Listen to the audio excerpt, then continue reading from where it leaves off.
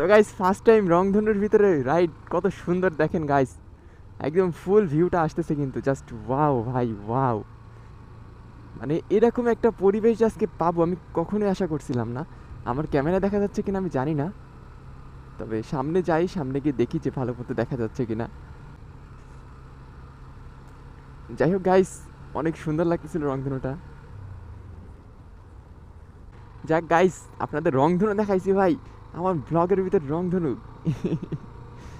বিশেষ করে ভাই এই ন্যাচারাল জিনিসগুলো আমার অনেক বেশি ভালো লাগে। বলতে পারেন এক কথায় ন্যাচারাল লাভার। হ্যাঁ, বলতে পারেন আমাকে অবশ্যই।